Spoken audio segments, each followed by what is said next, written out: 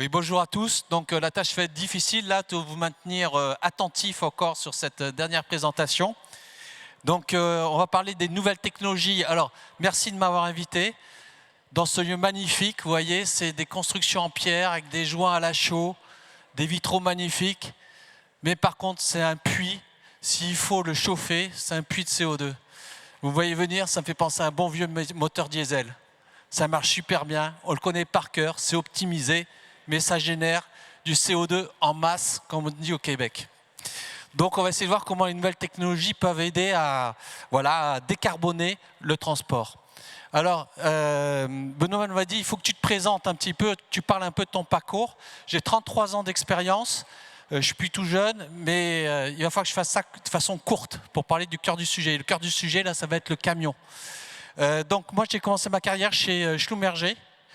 J'ai travaillé dans l'énergie. Pourquoi je vous le dis? Parce que j'ai commencé par développer des compteurs de gaz statiques qui avaient une durée de vie de 20 ans sur batterie. Donc déjà, j'ai commencé à travailler sur des batteries lithium. C'était en 92. Et on travaillait aussi sur la domotique, des systèmes qui permettaient de gérer la température dans des bâtiments. Et là, il y avait de la logique floue, il y avait des réseaux de neurones, il y avait tout ce qu'on utilise maintenant pour faire de l'IA.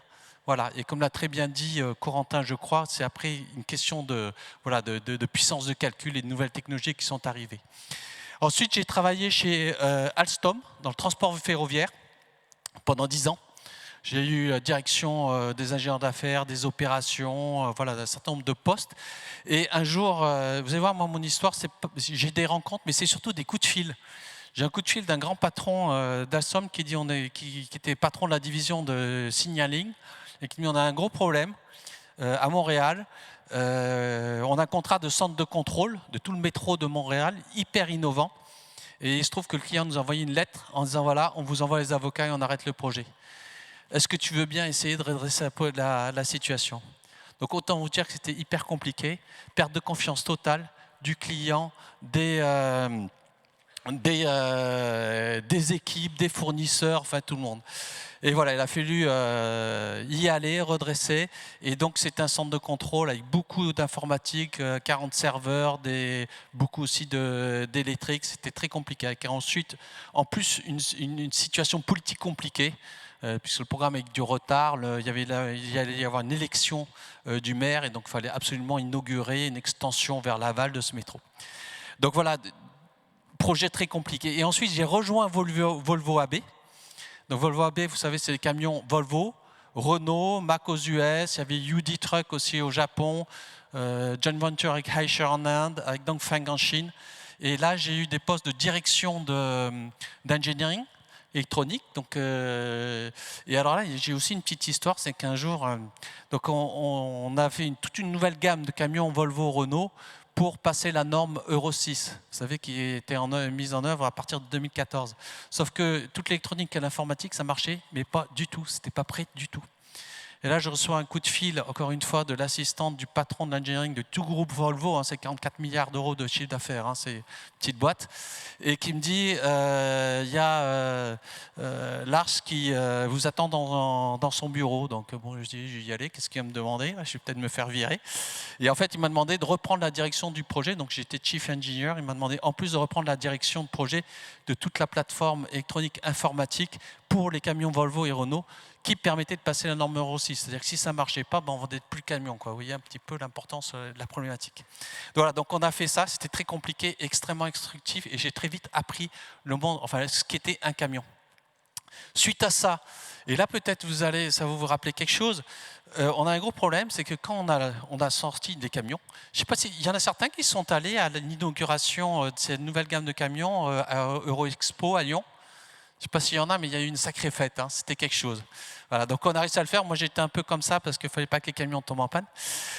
Pendant l'inauguration, on les faisait tourner et tout, c'était un big show. Et ensuite, le problème c'est qu'on ne savait pas les maintenir ces camions. Problème de pièces de rechange, on n'arrivait pas à les diagnostiquer, etc. Et certains d'entre vous ont peut-être eu des camions qui étaient bloqués dans nos garages, des Renault ou des Volvo, parce qu'on avait du mal à les dépanner. Bon, on m'a demandé de diriger ce qu'on appelle une red card, c'est-à-dire les situations les plus critiques du groupe pour faire fonctionner tout ce système de maintenance. Voilà. Et ensuite, j'ai été vice-président de la qualité développement et sécurité de fonctionnement pour le groupe. Ensuite, vice-président de la qualité produit. Et j'ai aussi des responsabilités dans la prévente. Donc voilà à peu près mon parcours. Et aujourd'hui, je vais faire une présentation qui n'est pas un cours magistral sur une nouvelle technologie, mais plutôt quelque chose qui est mon retour d'expérience sur ces technologies. Et maintenant, alors depuis 2022, j'ai quitté Volvo et je suis à mon propre compte sous l'entreprise Vancé Transition, où j'offre des services de manager de transition. Donc voilà, je peux venir intervenir sur des postes opérationnels, hein, ce n'est pas du conseil, c'est vraiment prendre des postes opérationnels dans de la direction d'engineering, direction de gros programmes, direction de qualité produit ou d'après-vente. Voilà, dans les domaines de l'énergie, du transport ou de l'automobile. Et dans ce cadre-là, j'ai fait des missions chez Forsee Power, qui est le leader européen des systèmes de batterie pour les bus. Voilà, où ils avaient des gros problèmes qualité et un après-vente qui ne fonctionnait pas. Donc régler les problèmes qualité, mettre en place une organisation après-vente, recruter l'équipe, mon remplaçant. Et ensuite, j'ai pu, en 8 mois, laisser une situation beaucoup plus propre et structuré. Et dernièrement, je travaille aussi chez FI Automotive, qui est un équipementier automobile sur tout ce qui est capteur pour des moteurs thermiques, électriques, et puis aussi des park logs, des composants pour les voitures électriques. Voilà. En tant que CTO, donc j'avais responsabilité des plateformes, des business units, des programmes et de l'engineering. Donc voilà, j'essaie de faire vite, mais on pourrait parler pendant des heures de chaque expérience. Donc, ce que je vais adresser, c'est une petite introduction de pourquoi on parle de décarbonation du transport. On va parler des nouveaux carburants, des véhicules électriques de façon large, une synthèse des technos de décarbonation et quelques mots sur les technologies de véhicules autonomes. Alors, premièrement, pourquoi décarboner le transport? C'est parce que, comme vous voyez, les poids lourds, c'est 22% de l'émission de carbone. Si on rajoute les véhicules utilitaires légers, c'est 15% de plus. Donc, on a 37% des émissions de carbone dans le transport routier. Donc, si on veut réduire les émissions, il faut qu'on décarbone le transport. Ça, c'est la première chose. Du coup, il y a des réglementations européennes contraignantes que je rappelle ici. Hein, c'est qu'il faut réduire. Alors, comment c'est calculé? Je ne sais pas si vous êtes tous à l'aise avec ça. En 2019, chaque constructeur de camion a dû calculer les émissions de CO2 générées par leur production de camions. Ça, c'est la référence. Ils ont demandé à tous les grands constructeurs, ils ont fait la moyenne de tout ça. Il a dit, ben voilà, par rapport à cette production-là, en 2030, ce que vous allez produire devra réduire de 45% les émissions, 65 en 35 et 90 en 2040. D'accord ? Et si vous n'y arrivez pas, c'est des pénalités. Et les pénalités sont tellement importantes que les constructeurs préféreront ne pas vendre de camions que de dépasser ces taux-là. Voilà. Alors, il y a des discussions parce qu'on commence à se rendre compte que c'est un peu compliqué à faire, notamment parce que les technologies coûtent cher. Et vous, les transporteurs, vous avez des niveaux de marge qui sont assez faibles. Et donc, il y a un truc qui ne vole pas, quoi. C'est-à-dire que quand on vous demande d'investir pour décarboner, vous dites ok, mais moi, comment j'ai mon retour sur l'investissement? À ça s'ajoutent aussi les zones de zéro émission ou faible émission, les ZFE, les zones de ZFE. Et ça aussi, c'est un autre problème pour tous ceux qui sont dans la distribution. De plus en plus, on a interdiction de rentrer dans les villes si on est avec un transport carboné. Donc ça, c'est ce qui fait que la société, les politiques poussent pour décarboner. Là, je vous ai mis les prévisions en 2020 du groupe Volvo sur l'évolution du matériel roulant dans le transport. Donc, on voit que la prévision, c'est que vers 2040, on arrivera à quelque chose de stable, où on aura toujours des moteurs thermiques. Et il y a un certain nombre d'applications, notamment quand c'est très lourd, il faudra des moteurs thermiques. Par contre, qui tomberont peut-être avec des nouveaux carburants qui existent, hein, les biofuels, les XTL, l'hydrogène éventuellement. Et puis après, derrière, il y a les camions à pile à combustible, les fuel cells véhicules, et les camions à batterie. Voilà. Et ça, on ne sait pas trop. Alors tout ça, c'est pas évident, parce que c'est des questions d'évolution de technologie, de coût d'énergie, etc. Donc, c'est pour ça qu'il y a des flèches qui montrent qu'en 2020 et toujours maintenant, on ne sait pas trop exactement quand même où est-ce qu'on va atterrir. Toujours dans l'introduction, quelques rappels. Alors, il y en a peut-être. Je ne sais pas quelle est votre expérience avec toutes les nouvelles technologies, etc. Donc, il y a des choses qui seront peut-être évidentes pour vous, d'autres pas. Donc, j'ai fait quelque chose, je pense, qui sert de répondre à tout le monde. Donc, déjà, on parle souvent de TCO, Total Cost of Ownership. En français, en mot français, c'est coût total de possession. Et là-dedans, en général, qu'est-ce qu'il y a? Il y a le coût d'investissement qui peut être un peu contrebalancé avec de l'aide à l'achat. Sur certaines, et puis des suramortissements, des systèmes comme ça. Vous avez le coût de l'énergie, vous avez le coût de l'assurance, de la maintenance et de l'infrastructure. Dans certains cas, il faut rajouter, investir dans l'infrastructure. Voilà, c'est ça, c'est le Total Cost of Ownership et c'est ce qu'on utilise pour comparer les technologies. Donc bien sûr, il n'y a pas le coût qui est un des coûts principaux pour vous, qui est le coût des chauffeurs, mais ça, c'est pas du matériel, donc c'est pour ça que c'est pas dedans. Et puis on va parler aussi des émissions de CO2, et pour comparer quelque chose de comparable, c'est très très difficile déjà. Souvent c'est très difficile, donc on voit tout, c'est très compliqué de faire la part des choses. Mais en général on parle de l'énergie, il y a deux types d'émissions de CO2, il y a les CO2 pour le cycle de vie du matériel, donc on va parler de la carcasse, des moteurs, des pneus, tout ce qui est matériel, pour la fabrication jusqu'au recyclage. Et puis il y a l'énergie. Et l'énergie, c'est là où c'est compliqué, parce qu'on parle normalement, il faut du puits à la roue, c'est-à-dire de l'extraction de l'énergie ou la création de l'énergie, son transport jusqu'au réservoir, et puis du réservoir jusqu'à la roue avec toutes les questions de rendement énergétique des solutions. Donc c'est pour ça qu'on parle du puits à la roue. Et si on ne compare pas du puits à la roue, on compare des pommes avec des poires, et ça ne marche pas. D'accord ? Donc voilà, ça c'est quelques petits rappels. On va parler des nouveaux carburants. Maintenant, alors le premier que je voulais adresser, c'est le XTL ou HVO. C'est la première chose. En fait, c'est XTL, c'est X to liquid. Je ne sais pas si vous avez ça. On peut et X parce que ça peut être soit des huiles végétales, mais ça peut être même, il y a des systèmes qui permettent d'utiliser des déchets de plastique. Dès qu'il y a du carbone, des hydrocarbures dans quelque chose, on peut quelque part le retransformer, le synthétiser en diesel. Donc HVO, c'est la même chose, et c'est de l'huile végétale hydrogénée. Donc ça, c'est ce qui coûte le moins cher pour réduire les émissions de CO2, parce qu'il n'y a rien à faire dans le camion. C'est complètement miscible avec le diesel. Donc c'est complètement, n'importe qui peut utiliser dans son camion diesel, ça fonctionne. Donc il y a zéro coût sur coût matériel. Il y a un gain qui peut aller jusqu'à 90% en CO2 parce qu'on gagne toute la partie extraction, puisqu'on réutilise, on recycle des matières, et 65% en particules fines.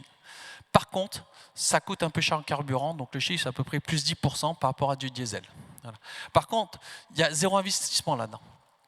Voilà, donc si vous avez, ça peut être une solution très intéressante et il n'y a aucun problème de sécurité, de fiabilité ou de disponibilité. J'allais dire, c'est transparent.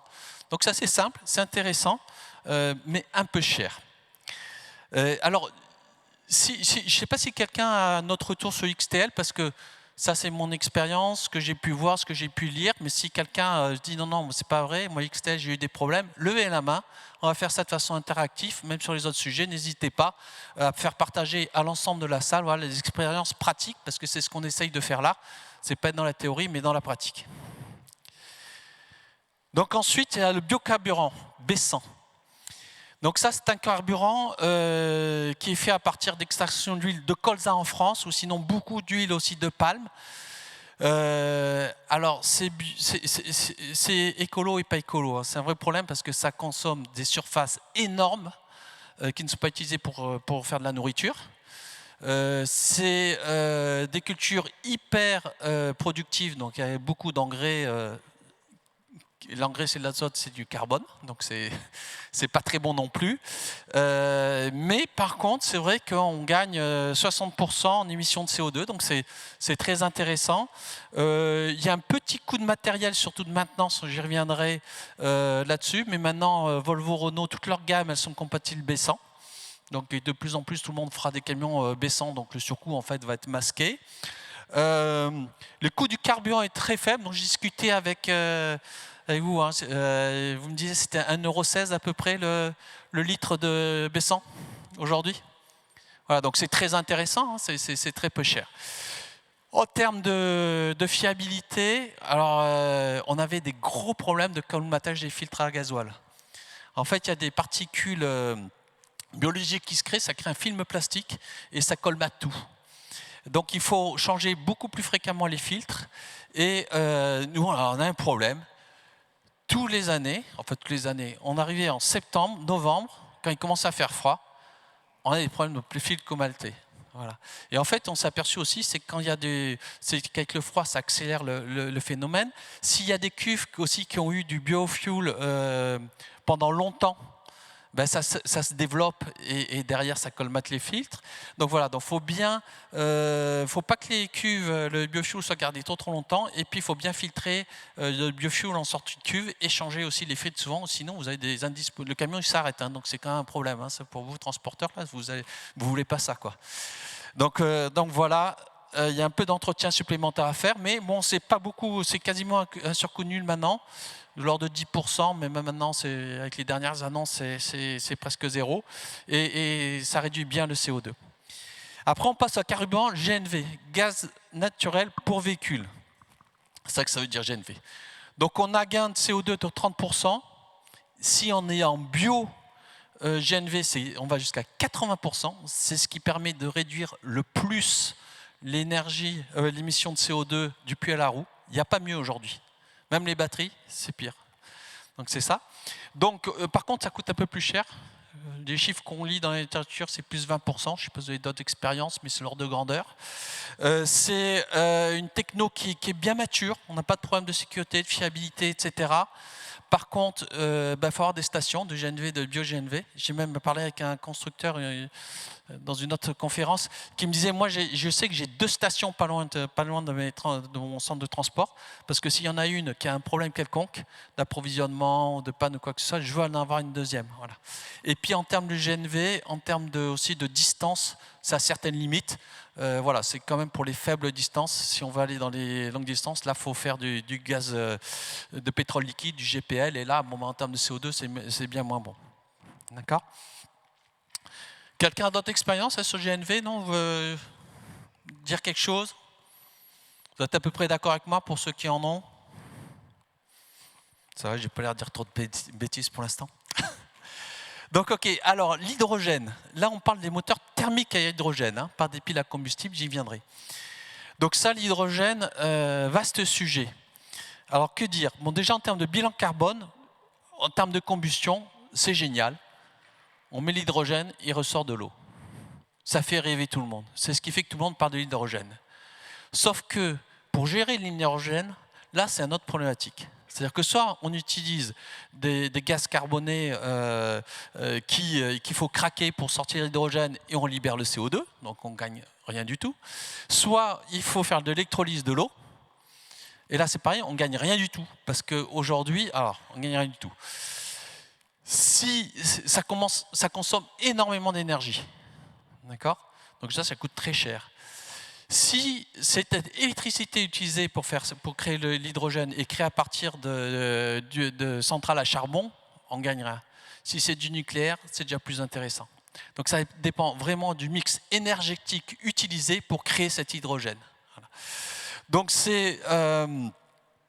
en CO2, c'est très discutable. Ça dépend des pays, d'où vient l'électricité, très difficilement contrôlable, etc. En termes de techno, pour moi, elle n'est pas mature. Pour plusieurs raisons. Déjà, l'hydrogène, c'est hyper petit comme molécule. Ça passe partout, ce truc-là. Mais partout. Donc les fluides d'hydrogène, il y en a de partout. Donc ça veut dire qu'il faut dans les moteurs des traitements spéciaux. Il faut des huiles spéciales. D'ailleurs, la combustion à hydrogène, ça génère de l'eau, mais aussi ça consomme quand même ça génère un peu de CO2 parce qu'on brûle les huiles. Pas mal. Parce qu'il faut des huiles très, très spéciales. Ça génère des NOx. Et c'est un rendement de 44%. C'est pas mal, 44% de tête. Le moteur diesel, c'est 32%. Voilà. Mais on va voir que la pile combustible a un rendement meilleur. Si on prend, ça c'est le rendement de la combustion. Si on prend le cycle complet de création de l'hydrogène jusqu'à l'énergie sur la roue, on a 25%. C'est-à-dire 3/4 de l'énergie qu'on utilise, il est fait elle est perdue. Donc c'est un rendement pas génial, vous voyez, quand même. Hein. Donc c'est le rêve de l'hydrogène. Moi, je pense qu'il faut faire attention. Le cours des carburants, c'est super élevé. Alors, il y a des promesses je vous ai mis les promesses de réduction de prix, c'est à peu près 30%, réduction de 30%, avec des gros efforts. Si on fait des grosses usines de facturation d'hydrogène, voilà, c'est des gros investissements, il faut qu'il y ait aussi beaucoup de consommation d'hydrogène, etc., pour arriver à baisser, et ça restera quand même très cher aujourd'hui avec les mix. Et puis on n'a aucune info sur la fiabilité, la durabilité, etc. On sait que c'est compliqué. Quand même, parce que je vous dis, avec les fuites, c'est aussi très oxydant, etc. Donc on a vraiment des problèmes au niveau des soupapes, tout ça. Donc c'est pas simple le moteur à hydrogène. C'est pour ça qu'ils ne sont pas encore commercialisés. Mais les constructeurs quand même investissent dedans, travaillent pas mal pour essayer de faire, parce que ça peut répondre à des utilisations de fortes charges ou de besoins d'autonomie, etc. Alors les véhicules électriques, ce qu'il faut comprendre, un point important dans la question d'énergie, c'est la densité énergétique de la source d'énergie. Aujourd'hui, on ne fait pas mieux que le diesel, c'est-à-dire l'énergie par kilogramme, le mieux c'est le diesel, c'est pour ça que ça a autant de succès.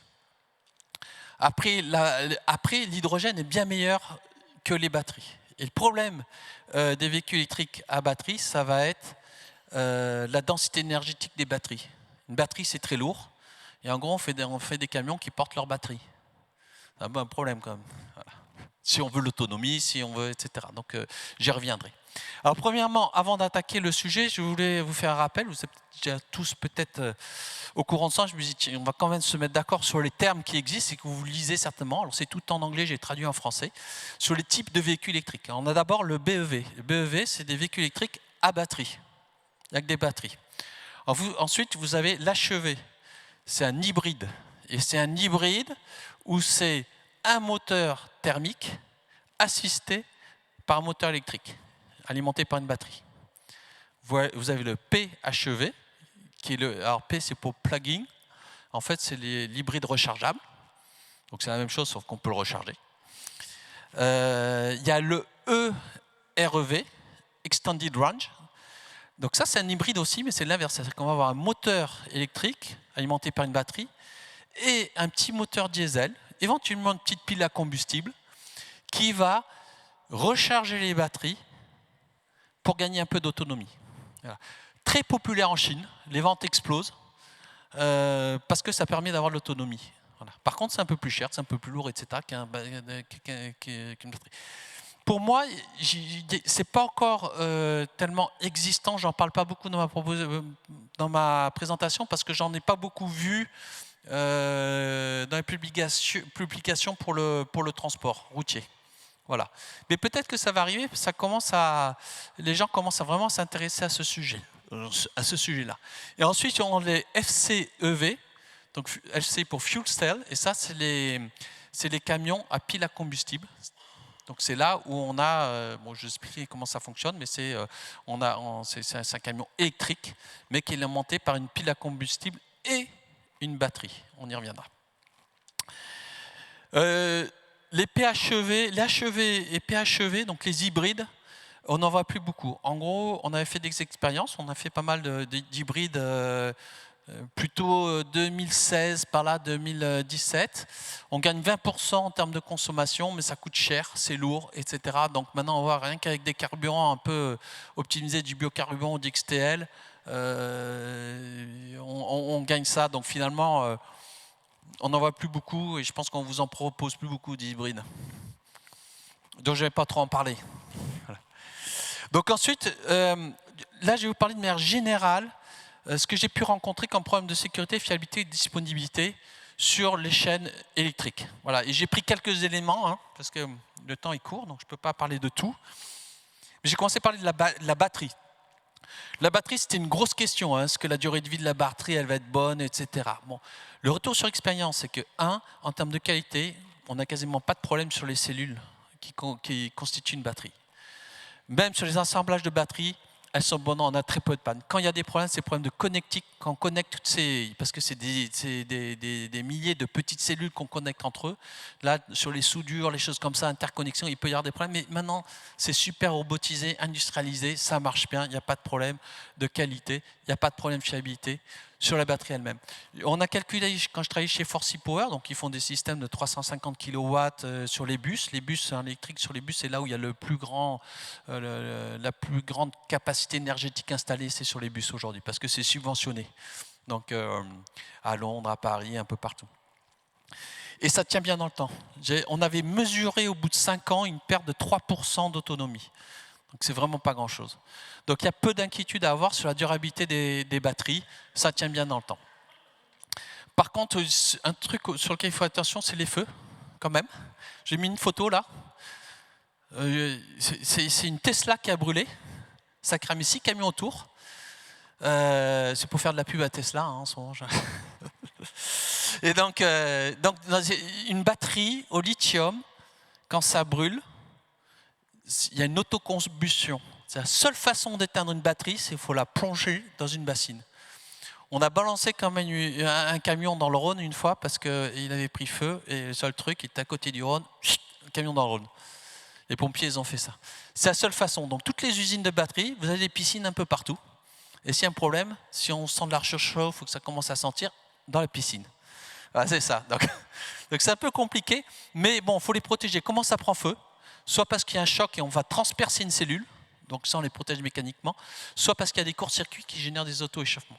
Et ça, donc il y a toute une électronique et des sécurités qui fait que ça n'arrive pas.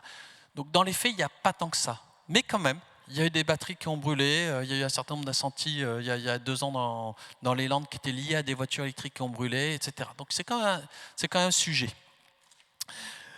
Après, des moteurs, je ne sais pas où j'en suis en temps là, si ça va. On est bon? C'est hors contrôle, c'est bon. Donc moteur, ça marche bien, pas de panne. Par contre, il y a un nombre de technologies incroyables. Il y a toujours des évolutions pour améliorer les efficacités des moteurs. Je vais en parler trop, ça marche bien. Et puis si vous avez des questions, il faut aller avoir des hyper experts sur le sujet.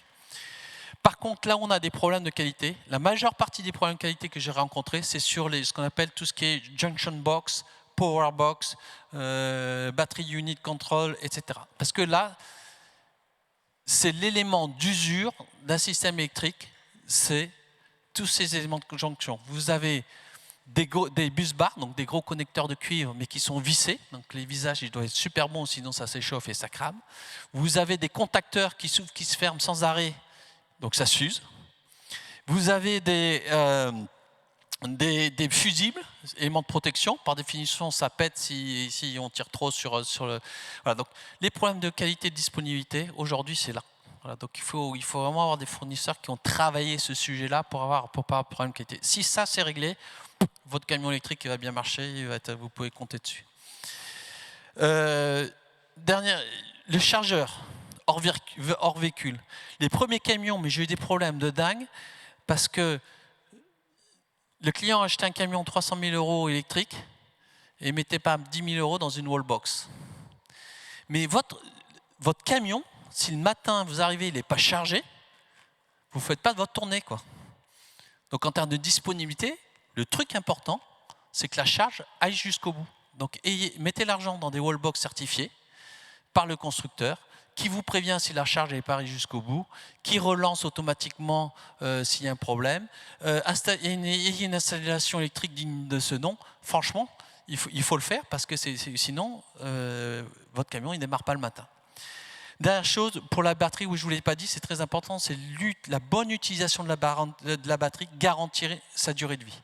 Donc pas de décharge profonde, les charges rapides, il faut un peu éviter, enfin c'est bien, mais il ne faut pas trop en faire. Donc la bonne gestion de la batterie, écoutez les conseils de vos constructeurs sur la gestion de la batterie, vous allez assurer la durabilité. Ensuite, alors véhicule à pile à combustible. Alors là, ça c'est tout un sujet. Donc, émission pour la pile elle-même, c'est 0, hein, ça génère de l'eau. On met de l'hydrogène d'un côté, ça génère de l'eau. C'est une pile, c'est une électrolyse inverse. C'est pas une électrolyse, pardon, c'est de l'oxydoréduction inverse. Donc on met de l'hydrogène, il y a une anode, il y a une membrane, une cathode, et il sort de l'autre côté de l'eau. Et entre la membrane et la cathode, on met une charge et il y a un courant électrique qui se crée. C'est un peu magique, mais ça marche bien, c'est de l'électrochimie. Le problème, c'est la production, j'en ai déjà parlé, donc je vais passer. La techno, honnêtement, ce n'est pas encore industriel. On va voir les coûts après. Ça coûte hyper cher. Dedans, il y a du platine, il y a des métaux rares. C'est très compliqué. Et en termes de coût, on n'est pas là. En termes de fiabilité, alors j'avais pas mal discuté avec Ballard. Ballard, c'est un Canadien qui a beaucoup équipé des bus. Et on voulait mettre en commun nos systèmes, nos organisations de maintenance. Donc j'ai pas mal discuté avec eux. Ils me disaient qu'ils n'avaient pas de problème de qualité. Ça marchait bien, qu'il n'y a pas de problème de qualité. Pourtant, dans la littérature, vous lirez que pile à combustible, ça n'aime pas les poussières. Donc pour tout ce qui est construction, il faudrait plutôt aller sur du moteur thermique hydrogène. Et puis, c'est fragile. Voilà. Mais moi, le seul retour que je peux vous partager, c'est ça. C'est Ballard qui disait, non, nous, on n'a pas de problème qualité. Ça vaut ce que ça vaut, mais voilà.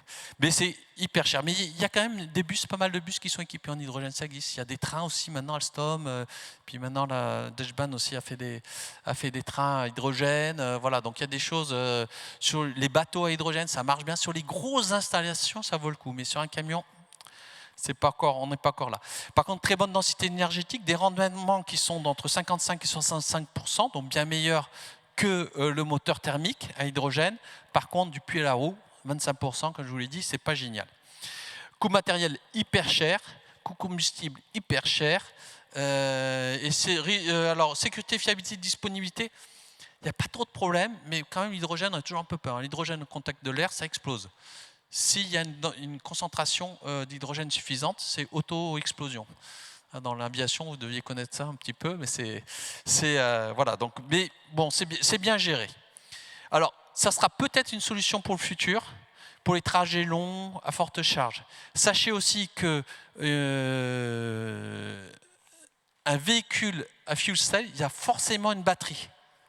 Parce que les fuel cells, ça ne génère pas de puissance, ça génère de l'énergie, mais c'est incapable donc vous ne montez pas une montée chargée avec une fuel cell. Donc il y a une batterie. Et le mix puissance générée par fuel cells et taille de la batterie va énormément dimensionner le rendement. Ça doit être dimensionné pour votre application et ça impacte le rendement.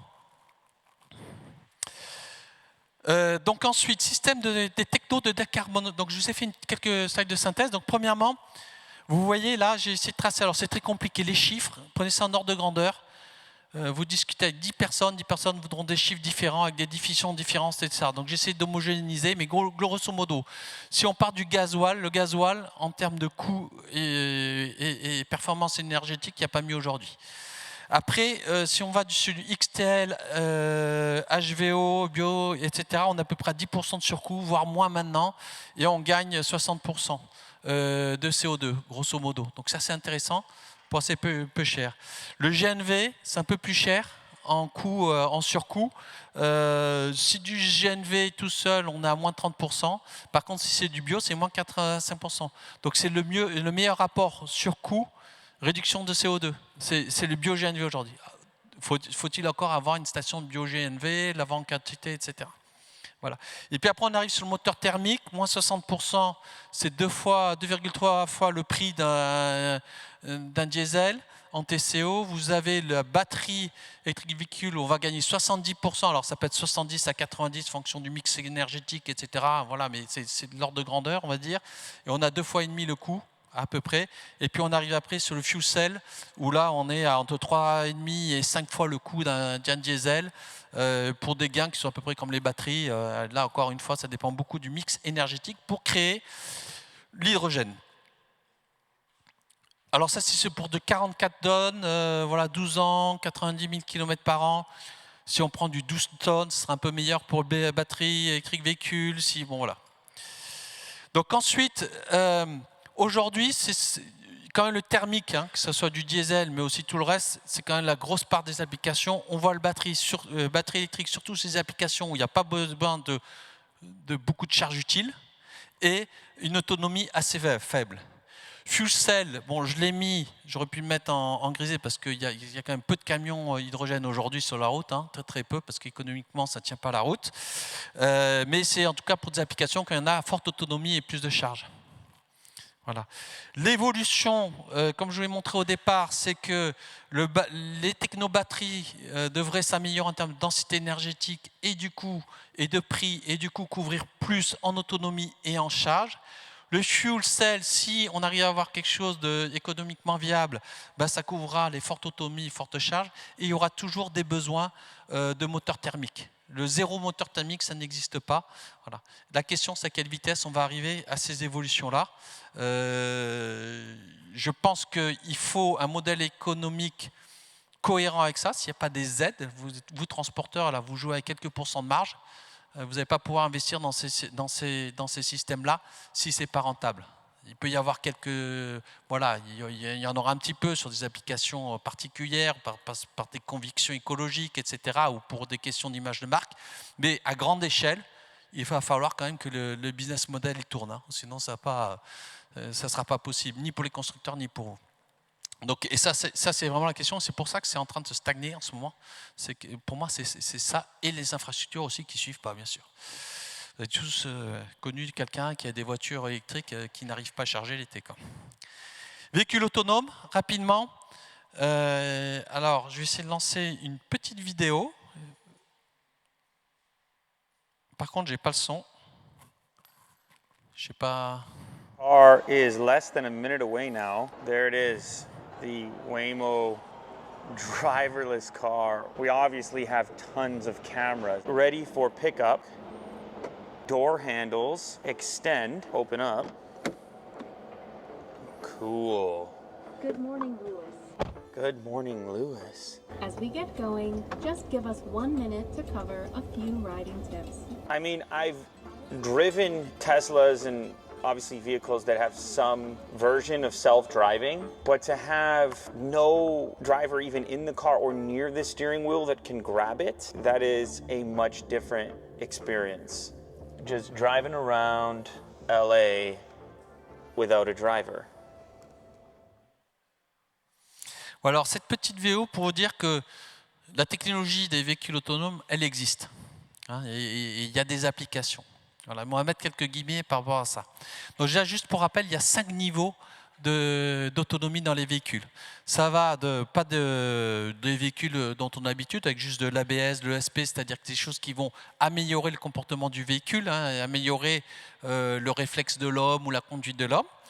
L'assistance, là on va parler des régulateurs adaptatifs automatiques de vitesse, du maintien en voie, etc. Mais il y a toujours un conducteur, c'est juste une assistante qui va par contre de temps en temps aider un peu plus le conducteur.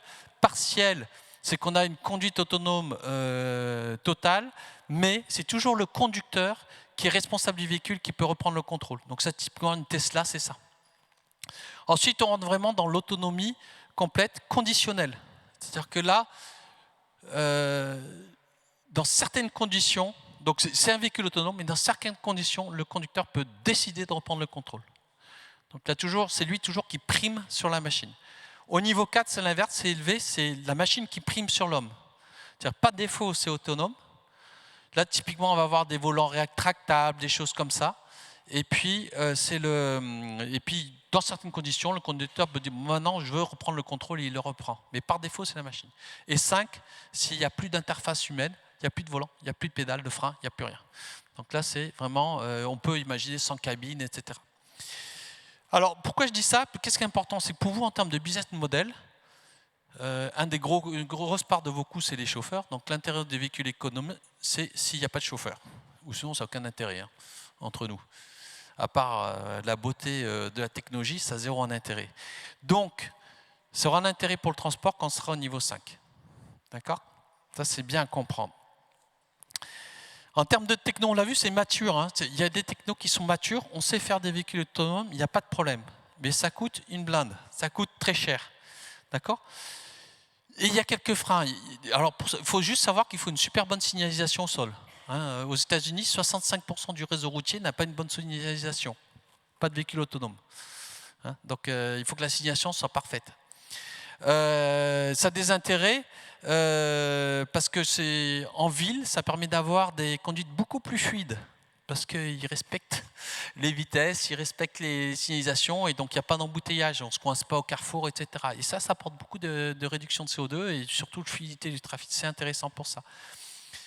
La sécurité d'un système autonome, elle est bien meilleure que la sécurité quand c'est un chauffeur.